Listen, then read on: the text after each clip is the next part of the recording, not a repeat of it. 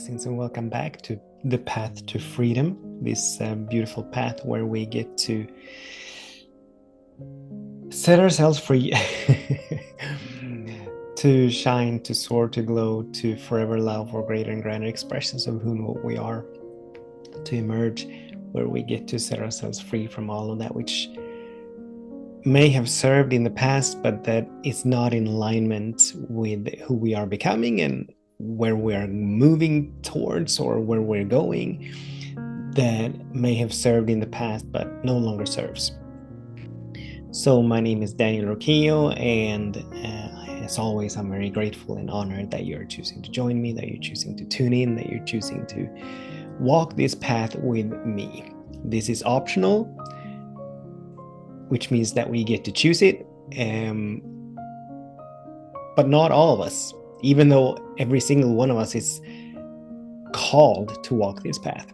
Not all of us are walking it, so I'm grateful that you are here. I'm grateful that you are doing this beautiful work, and for your willingness and for your courage, and you're saying yes to go beyond the known, to go beyond the comfort zones, to allow for spirit to reveal itself in ever greater and grander ways in us and through you and your life. So the topic for today is about unconditional self-love. And I am working with an individual that I met with a few days ago, and this individual gave voice to, this individual is moving through a dark space, a very dark space. And in that dark space, a lot of self-doubt and a lot of thoughts and judgments about who they are is coming up. And they were sharing, as we were meeting a few days ago, they were sharing that as they are moving through this space, having all these quote unquote negative emotions, having all these lower vibration emotions, that they try to hide them. And they were saying that having these emotions, the fears, the worries, the doubts, the anxiety, that it is a weakness. And that was such a beautiful invitation that we got to have about what it means to actually love ourselves, to be in that space of unconditional love, to dive deep into a profound sense of self-love where everything goes. We need to always remember that we being and having our lives in absolute oneness with this loving presence, this benevolent loving presence, and we can call it whatever we want to call it, but we are one with it, and we are unique, perfect, whole, complete expressions of it, emanations of it. Just like every wave on the ocean is unique, perfect expression of the ocean. So regardless of what the wave looks like, how big it is, how small it is, how big the caps are, how fast it is moving, its shape, its all these attributes. Regardless, it is unique and perfect emanation, expression of the ocean. And in exactly the same way, regardless of who we are, when we are, what we are experiencing, we are always a unique, perfect, whole, complete expression of this benevolent, loving presence. So we're never flawed. We're never in error. We're never missing anything. We're never lacking anything. And I'm reminded in this moment of a beautiful passage from scripture where it says kind of, and I'm not sure if it says, "You are my beloved, in you I'm well pleased," or if it says, "I am God's beloved, and in me God is well pleased." It doesn't really matter what it says. What it points to is that in any given moment, we could not ever be anything but God's beloved. Just like the sun is always shining on everyone.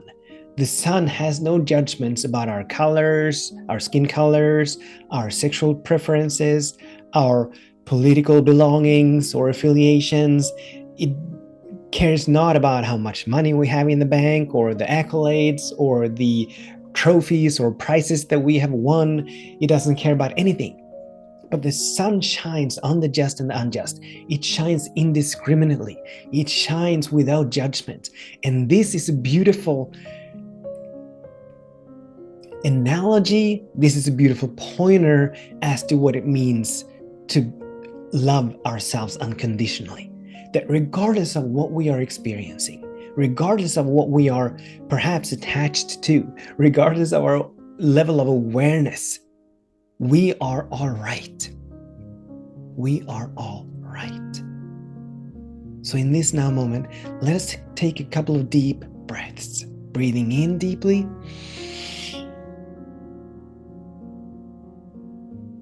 And releasing. Another deep breath in.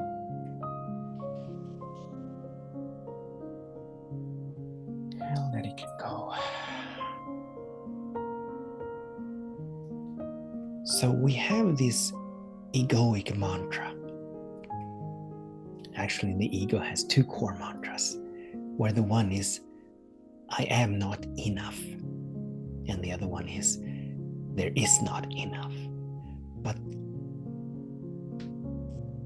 for the purpose of this conversation, we're leaning into the former. I am not enough. That's what the ego wants us to believe. That we are not enough, that we need to be something different, that we should be somewhere else, that we should have come farther, that we should know more, that our lives should have turned out differently, that we don't know enough, we don't have enough. All these stories and beliefs about ourselves, as this individual that I'm working with was giving voice to. Having emotions is a weakness.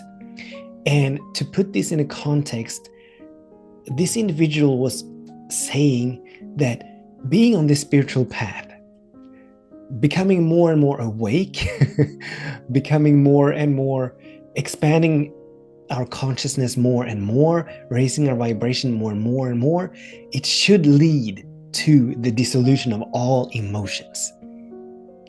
That's basically what they were saying. That's the belief underneath their statement, that it is a weakness to have emotions. We are divine beings. We're spiritual beings of love and light. That's the one aspect of our beingness. The other aspect of our beingness is that we have this human form and we are in this human dimension. So I once heard a beautiful analogy that spoke to being on this path, and it sort of compared being on this path to a butterfly. And a butterfly, it has two wings, right? And it needs both of these wings to fly. If the butterfly, for some reason, lost one of its wings, it would not be able to fly. It would just flutter around on the ground, flapping one of its wings, and it would just go in circles on the ground.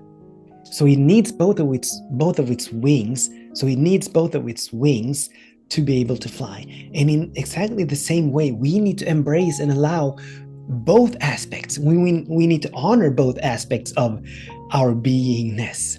So we absolutely are being called to do this spiritual work of releasing and letting go of that which no longer serves, the judgments, the opinions, the point of views, so that we more and more fortify ourselves in our vibration, becoming more and more untouchable and unmovable by the world.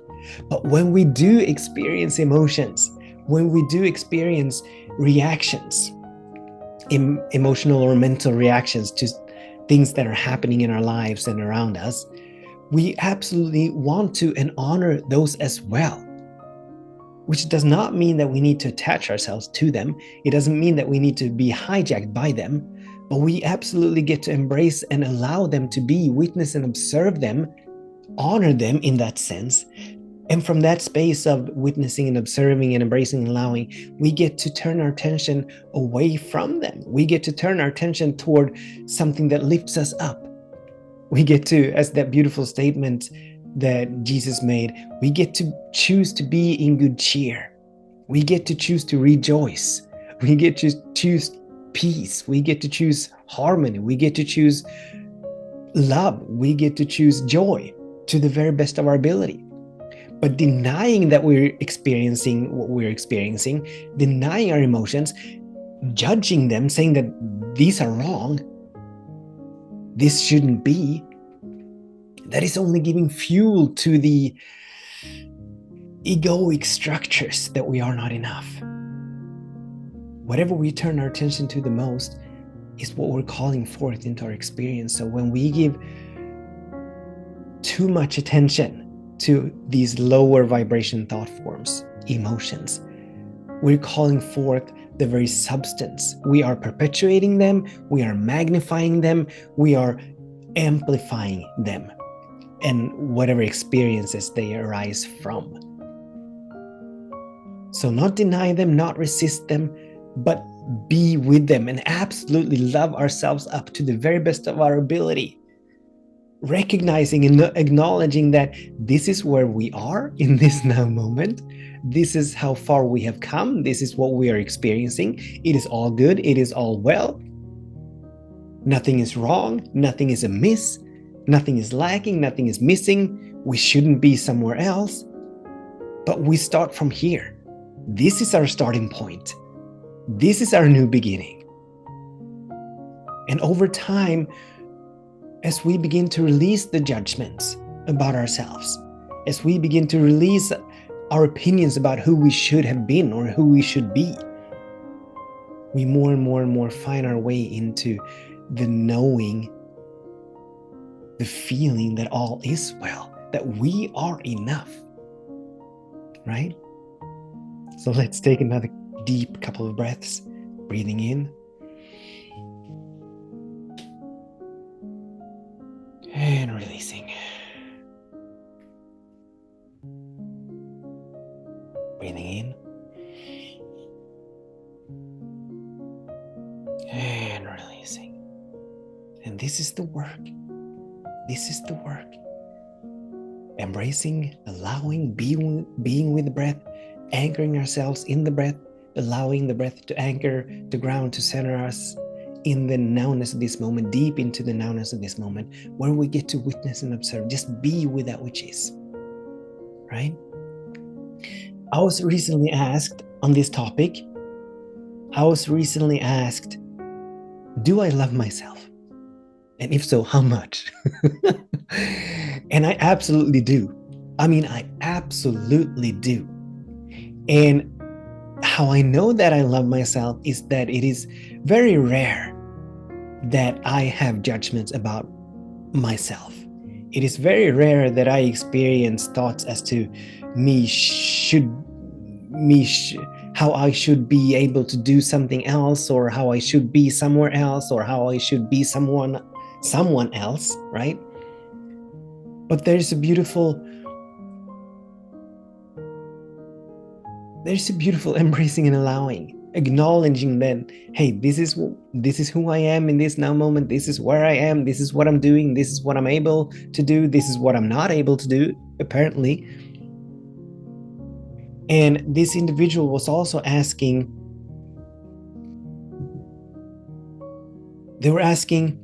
is it narcissistic to have good feelings about yourself? Because they were raised by a narcissistic parent. And so they have no idea as to what self-love, what healthy, unconditional self-love is. And absolutely, we want to feel so good about ourselves. We want to feel so well about ourselves. We want to be so content with ourselves. We want to acknowledge the beauty that we are, the magnificent things that we bring into this world. We want to acknowledge the gifts and the blessings that we bring, the gifts and the blessings that we are. We want to acknowledge the divine light that we are.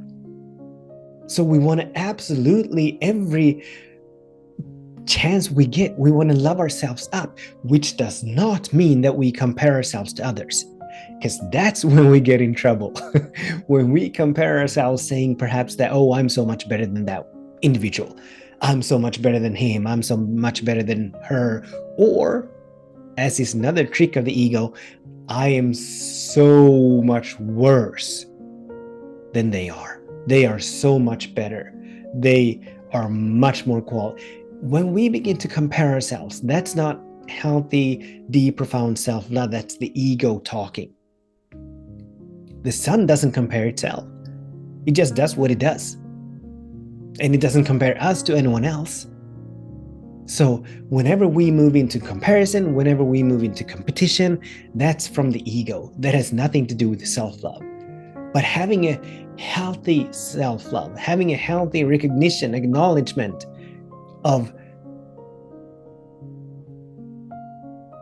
the uniqueness that we are, the beauty that we are, the love that we are, that is perfectly all right. And actually going beyond it being perfectly all right, we all have a mandate to cultivate this divine, this deep and profound sense of self-love, so that we get to move through life and through the world, in the world, without paying as much attention to what others say about us, what they may think about us, because that's on them. That has nothing to do with us. And so we want to set ourselves free from that. So when someone is coming at us, it has nothing to do with us. That's them viewing us through their filters, through their perceptions, which, if they're coming at us, it is a limited perception. It is a very shady filter that they are viewing us from or through.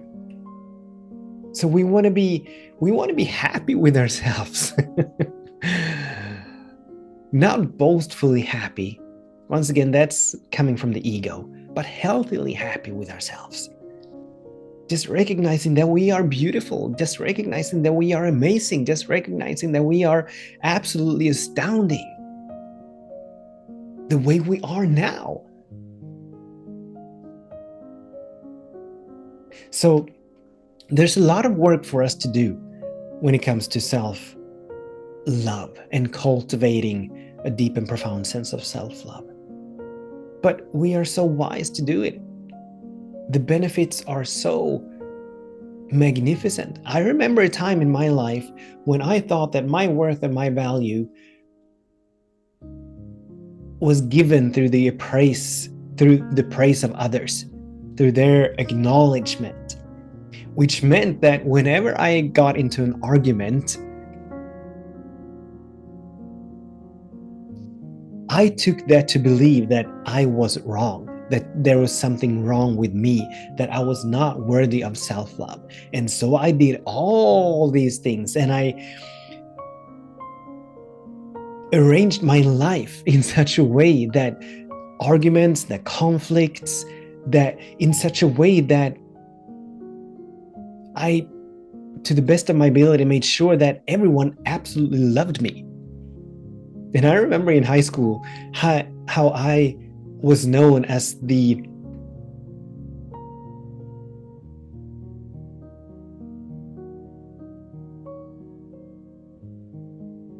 I'm trying to remember.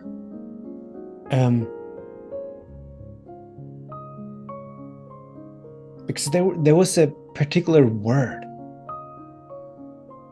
that nice. I was known as this amazingly nice guy. And as I began to become aware that me being nice wasn't all that authentic, it was rather a way for me to manipulate, to get the approval of others, to get their love and their recognition, I started to dislike the word nice, because it meant that I was doing something to get something from someone else. And as I began to do some work around that, began to take back my own mind and my own self-worth, not attributing it to my accomplishments or my achievements or what anyone else thought of me or what they said of me,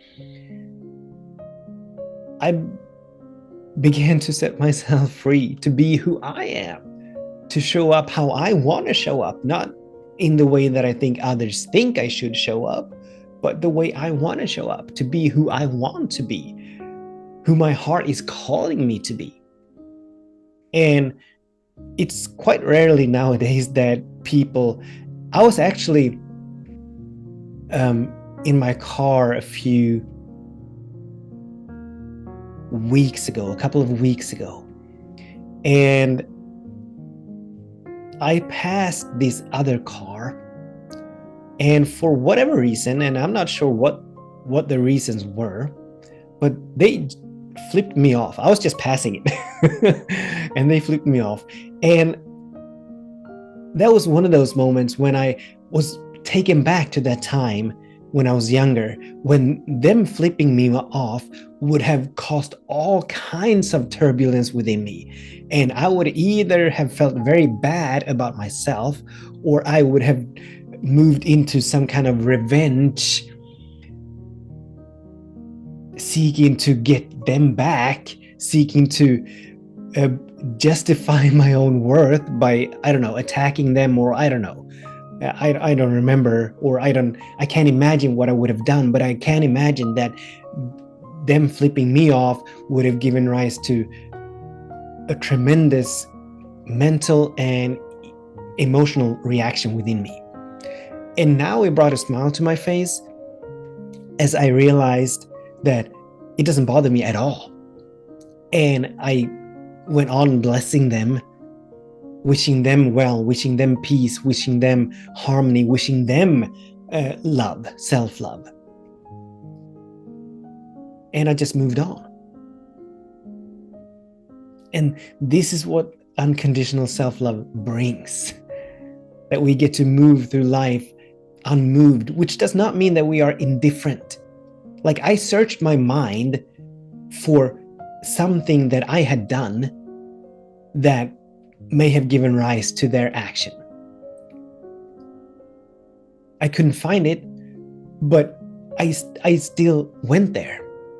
So we do not want to, being unconditionally loving ourselves does not mean that we put ourselves above or beyond our own actions. We still need to take responsibility for ourselves, even though we're perhaps not moved or tossed into an emotional reaction by the words of others or their actions. We still need to take responsibility for ourselves and our actions. So we're not above the law in that sense. We're not above the norm. We're not above being decent human beings, respective of others, right? So we still want to extend respect, and we still want to extend courtesy, and we still want to extend love toward others.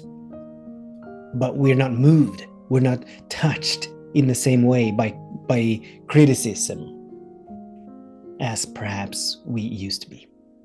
So this is a very deep and profound topic. We could go on and on and on, and I'm sure that we will have plenty of reasons to revisit it in future messages.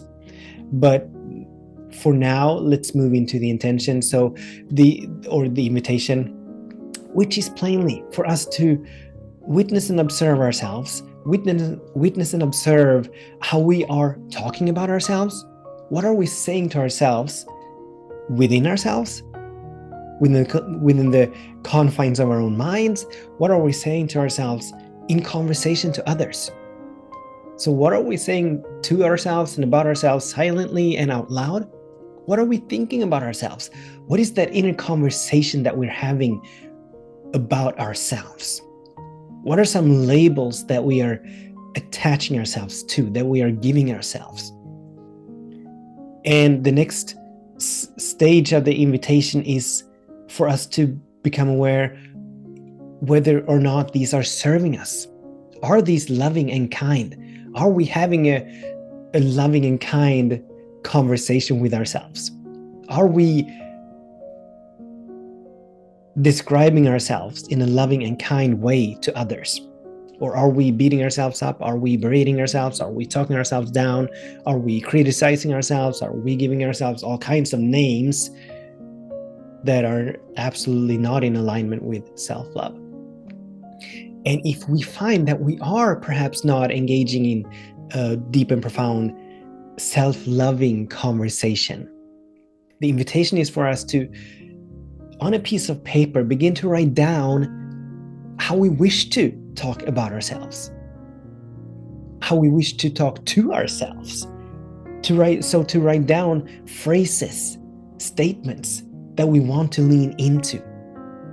And then the last stage of the invitation, obviously, is for us to begin to lean into these. If we need to put post-it notes, if we need to put reminders in different places, reminding us of these new phrases and statements, that's all good and well. However we need to do it, the invitation is for us to do it, to begin to up-level our inner conversation, our inner dialogue or monologue with ourselves, towards ourselves, about ourselves. Cool? I don't think we have any questions in this particular session. So we are all good. We are all set. Thank you so much for watching. Thank you so much for tuning in, for participating. As always, if this resonates with you, I invite you to share it. And until we meet again, as always, I absolutely bless our days, and I bless our ways, in absolute knowing that all is well, that something wonderful is happening, that everything is working for our highest good. That perfect preparation and unfolding is always happening. With much love, many blessings. Namaste.